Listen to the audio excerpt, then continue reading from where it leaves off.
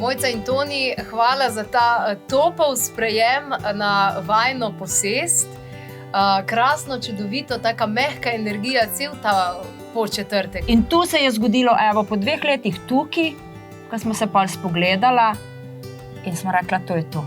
Rabimo samo še ključ, da nam agentka odpre, da smo se noter videla, da smo not začutila. In to je bilo to. Verjetno te, ne vem, življenje izoblikuje, da imaš pol pogum, da se preseliš nekam, kjer je, kjer imaš svoj raj. Mal dlje do najbližjega nakupovalnega centra. Izkušnje, skozi katere dozoriš v bistvu. Ne?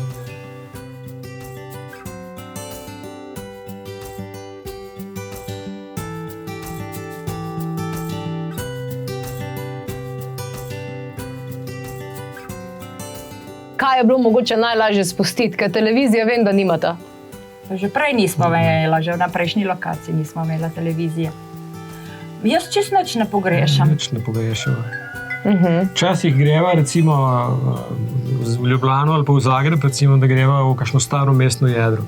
Tu naj še potegne.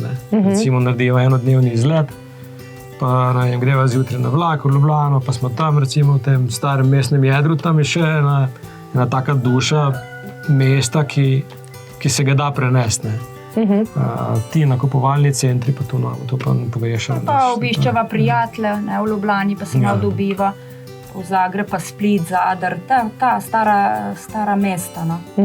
Čutite, da je drugačna energija, ne? Ja. Ker živiš toliko časa tako, predvsem pa, ker ješ hrano, ki jo sam predelaš, ker vidi tudi sadita po Anastazijinih načelih, a ne? Ja, midva tudi semena, jaz vse sadike sama vzgojim iz semena, iz svojih semen, ali je semen prijateljev, ali pa biodinamična semena po Demeter. Vse sama sadike posejem in jih zalijeva po svojo slino. Tako da res rastlina. Se pravi, data usta semena prej. Dajala sva tudi usta, zdaj pa tako delava, da kar v vodo slino dajava, s katero zalivava semena. Tako da res sadika zraste prav za naju. In mislim, da je to največja možna energija, ki obstaja. Ker rastlina dejansko zraste glede na skeniranje tvojega, Tako. Mislim, ker sem to prebrala v Anastaziji, tukaj let nazaj se mi je zdela znanstvena fantastika. Danes, ko pa že živimo v svetu, da lahko kloniraš svojega hišnega ljubljenčka, pa v resnici niti ni več tukaj znanstvena fantastika, ampak je dosti logično, vse je informacija. Ja, vse je informacija.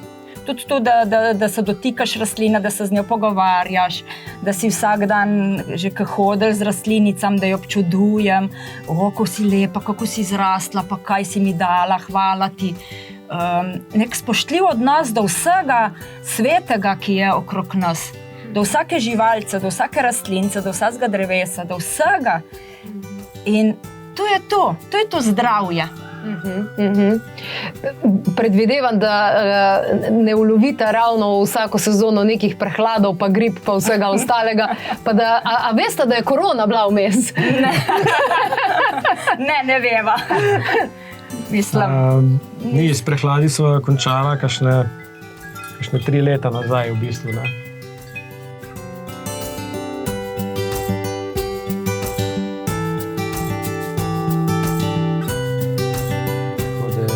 Pravzaprav, ko smo se sem preselila, da smo zdaj 3 leta tlej, no takrat sva čist popolnoma zdrava, čist skus.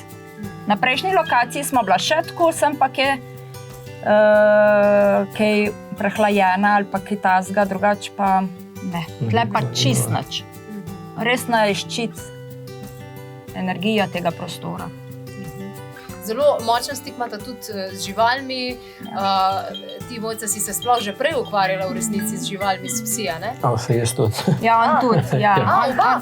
Ja, jaz čisto od malega, jaz imam čisto stik, pravzaprav stik, popoln stik z naravo, z gozdom, od malega pa živalmi, z vsemi živalmi.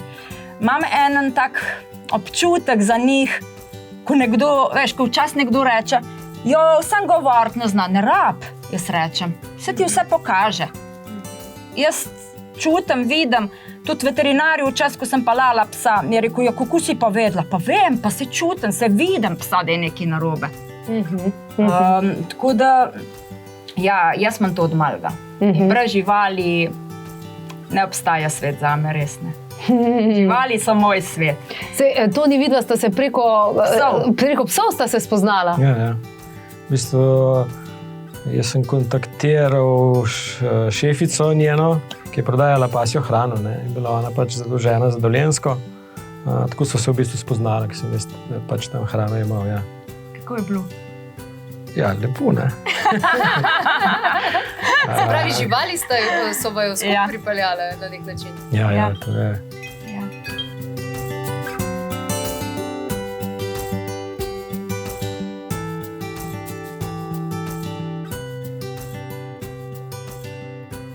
Kdaj hodite spat, kdaj se vstajate? To je, kakor pride, ali imate nek ritem, spoštujete cirkadialni ritem? Ja, bolj sva jutranja, ne? Se pravi, zgodaj vstajava, pa greva pa tudi zgodaj spat. Ob 9 spat, ob 5 vstajava. Tako nekako je. Neko povprečje. Brez ure, no. Kako sta funkcionirala? A sta videla to vizijo že prej, pa sta vedela, da bosta vedela, ko bosta videla? Ali sta imela sam recimo neka navodila za kako tukaj funkcionirata? Imata neke vizije, neke cilje ali v bistvu se samo prepustita, zaupata? Ja, v bistvu pač ko sva kupovala, sva rekla, da ena od zahtev je vsaj 2 hektara zemlje, zdaj jo imava 5. Dobro. Tako da 2 hektara imava sadovnjaka, recimo, in zdaj, ko bo to zraslo, sva v bistvu čisto samooskrbna, tudi v bistvu, če bova kaj prodajala po biodinamični metodi sadja, se to da prodati za lep denar. Ni pa tu neka vizija, ki bi imela, da bi pač tako moralo biti. Mi, da so pač to zemljo začutila, so jo tudi zasadila, čist, bi rekel, ne po intuiciji, nič monotonih nasadov, pač drevesa in sadna in okrasna, kar eno z drugim. V bistvu živiva sprot, vsak dan imamo drug dan in pač tako naj v življenju pele. Ampak službe sta pa oba dva pustila. Sta nabrala dovolj zaloge oziroma verjetno imata precej nizke mesečne stroške? Ja, stroške so dala na minimum, so pa, da se tudi zdaj delava še kar, da delava tukaj, da tule vzdržuje še dela veliko. To definitivno, ja. Ampak sva pa delala prej tudi veliko v službah in vse, tako da za te položnice imava zalogo. Za te položnice minimalne. Drugače pa vizijo smo imela tudi tako na začetku res imeti star sadovnjak, ki je že na parceli, pa nasaditi oreščke. Ker mi veliko jeva oreščke, sadje in zelenjavo, seveda, in oreščki so nama res polnovreden obrok. In zato sva nasadila in orehe, lešnike, kostanje, mandeljne. To je res polnovredna hrana. In v tem smo videli neko prihodnost, da sva res samooskrbna v oreščkih, v sadju in v zelenjavi. In to je bila neka, zato smo rabila tukaj zemlje, pa žita svoja. Se tukaj je nek balans, ker mesa pa ne jesta, ne? Ja. Torej rabita dobiti beljakovine iz drugih virov, ne? Ja. Edino beljakovina je jajce, je kar dobra beljakovina, sploh od teh najnižjih živalic. Tako da jaz pojem mogoče 2-3 jajca na mesec. Aha. Mislim, pravzaprav, ko začutam. Telo komunicira. Tako. Ker tudi jeva midva, največkrat ne jeva isto. Ampak si vsak zase skuhava ali pa pač tako po intuiciji, kar ti zapaše. Ja, greš na vrh. Čas enkrat na dan, čas dvakrat, kako je pač je. Nič nimava, ne planirava, res, kako se ne da, najmanj možno. Kaj pa, greš tak kdaj v restauracijo, kako vidite hrano tam, drugje, ker to ni glih, mislim, tisti je bolj forsirana hrana, ali kako bi človek rekel? Se izogibava. Ampak tudi greva, Tudi greva. Sem videla spremembo na telesu. V kakšnem smislu? V tem, da naprimer mene napihne hrana, energija te hrane, kako je pripravljena, z kakšnih surovin je, ali mi je slabo, ali se ne počutim dobro, ali nimam energije, jaz tu ful zaznam po hrani. Tako da ja, greva včasih, ampak ne veliko. Tako, če sosedje povabijo, pa gremo kam, pa greva, ne, da se malo podružimo. Drugače pa midva tle narediva piknik za sosede, pa najino hrano jejo, pa probajo, tako da sosedje so nas tudi ful lepo sprejeli. Ti ljudje tle so krasni, mislim. Res. Tako je krasna energija prostora, tukaj tudi ti ljudje so neverjetni, res. Ne more biti drugače, če je tu fajn energija. Ja. In jaz rečem, ker smo tu kupila, smo dobila za darilo potem še take sosede. No, imamo sem 2 soseda. Pravzaprav eden je še tam v dolini, ampak te 2 soseda. Pravzaprav 9 hišnih številk je, pa živimo 3. Ne? A ni zanimivo, v centru ali pa v bloku pa lahko živiš z 100 sosedi, pa z nobenim nimaš kontakta, niti jih nimaš priložnosti, da jih spoznaš. Žalostno. Ja. Evo, Toni, kaj bi lahko rekel, da zamujajo tisti, ki živijo v stolpnici v Ljubljani in se tesno držijo svoje službe in si niti ne dovolijo mogoče razmišljati o tem, da naredijo tako veliko spremembo v življenju, ki pomeni neko povezanost z naravo in z svojim bistvom? Ja, v bistvu kaj zamujajo, oni morajo kar sami tu do tega prideti, kaj v bistvu. Jaz sem recimo bil v Ljubljani v bloku, ko sem bil študent, jaz sem takrat preblisk, takole ne bom živel. Dobro, tisti študij pač narediš, ampak jaz sem vedel, da tako ne bom živel in tistega prebliska se držiš in to je to. Je pa tako, da nekaj moraš dati čez, mogoče pa nekateri morajo pač dati tu čez, pa da bodo vsaj, ne moramo vsi živeti na podeželju. Načeloma bi seveda lahko, sam pač glede na današnji sistem, ki vlada, je pač najbolj udobno živeti v bloku. Sam, ne vem, probati treba, eni gredo, na kampiranje, pa pravijo, da so imajo super, Pa lahko tako živiš. Pa naj tako živijo, Medva sva tukaj, ko so prišla svoja hiša renovirala, medva sva pol leta spala zunaj na trav. Pa daš padal pa v garaži, na kavču. Pa se je čist dalo, Se moraš to čutiti, Malo smo razvajeni riti postali? Ja, itak. Precej. Ja. Kako pa tvoji otroci gledajo na to? So za ta stil življenja ali kako to sprejemajo? Zaenkrat ne, nista za ta stil življenja, ampak če jaz pogledam sebe v teh letih njihovih, tudi jaz nisem bila takrat. Čeprav sem bila zelo povezana z gozdom, pa z naravo, pa živalmi, ampak vseeno v tistem trenutku, tam v starosti od 25 do 30 let, itak, da hočeš raziskati svet, pa mesto, pa začutiš druge stvari. In ja, jih čisto razumem in spoštujem. Tako da, pa se, če ne probaš, ne veš, Sej zato. Pač, jaz pravim, življenje sem jim dala in pustim jim živeti. Tako da naj živijo, naj izkusijo življenje, pač tisto, kar oni morajo. Nikoli se pa ne ve, kdaj bo kdo, ne vem, pa začutil to, ker pa imajo tu sigurno kodo v sebi, naravo, tako, kot jo imam jaz. Absolutno. Tako, kot imam jaz po svojih starših ali pa po prednikih to kodo, življenje na kmetiji, ker sem to videla in začutila, pri starih starših, tako imajo oni. In to ti ostane, Ja, to imamo vse.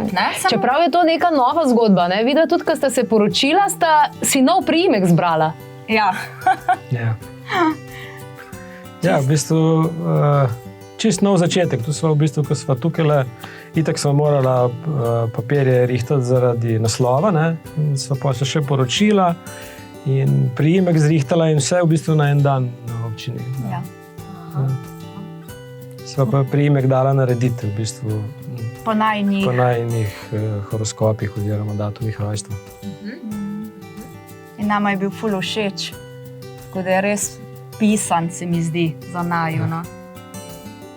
Zelo nama paše. Naju sprašujejo, od kje pa ta priimek? Ampak, ja, to je sam najin, to je pač del naju. Del vaju. Ja. Čestitam pa za to zgodbo, predvsem pa neizmerno smo hvaležni, da sta dovolila ta vpogled v tem smislu, da sta tudi sama pri sebi dovolj močna, da ne vem, a se vam je kdaj zgodilo, da vam je kdo rekel, da sta čudaka ali pa karkoli takega. Jaz to že od malega poslušam. A kaj, da si čudak? Da sem čudna, ja. Aha, ok. Ja, tako da jaz sem to že navajena. Nekaj časa mi je bilo res to tudi meni, tako malo čudno, pa sem se včasih spraševala, pa kar res moram biti tako čudna, pa tako ne, malo drugačna. Zdaj sem pa ful ponosna na to, če mi še kdo reče, da sem malo čudna. Res, navadila sem se in ja, sej res, zakaj pa ne, sej vsak smo svoje poglavje. No, se glede na to, kaj je danes normalno, je vprašanje, kdo je čuden. Ja, lahko je pa to normalno. Glede na to, da živite v sožitju z naravo, bi rekla, ne, da je to bolj... Ja. Čim bolj ne, z naravo je, v bistvu vse delajo veliko, tudi tazga fizičnega, pa ne vem, pride toča, pa tako kaj, ne, ampak drugače pa, ki si enkrat v harmonijo z naravo, je, v bistvu jaz to ne bi zdaj zamenjal za nobeno drugo stvar. To je bogatstvo za naju. Ja. Ta zemlja, vse te drevesa, vse te rastlince. Vse drevesa sem dobila za 50. rojstni dan, mi je prineslo 50 prijateljev, 50 dreves in je posajenih na najini zemeljci. In to je neprecenljivo bogatstvo. Res. Ko bomo trgali enkrat to sadje, ki je vsega različnega, vsak je prinesel tisto, kar je čutil. To je bomba, jaz pravim. Energijska bomba. To je resnično bogatstvo. Ja. Sem hvaležna, da sem danes v družbi tako bogatih ljudi. Vsekakor. Spremljajte rubriko rodovnih posesti na Slovenskem, Vrtov ljubezni še naprej. Čaka vas še kar nekaj zanimivih delov, zanimivih obiskov. Sicer pa zamujene epizode najdete na klepetobkavi.si. Lahko si pa v kakšnih posestih poberete tudi v Andrejini knjigi Vrt ljubezni, to je Andreja Cepuš, in po tej knjigi je tudi nastal navdih za to rubriko, ki jo gledate v oddaji Klepet ob kavi.